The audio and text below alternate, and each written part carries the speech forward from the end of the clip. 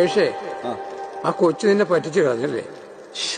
അത് ഞാനായിട്ട് വേണ്ടാന്ന് വെച്ചാൽ ഒരു വിഷമം. ചെറുപുഞ്ചിരിയുന്നലേ ഇതൾ വാടി വീണൊരു പാതയിൽ മിഴികൾ തിരയുന്നുവോ കാൽപ്പാടുകൾ വീണ്ടും.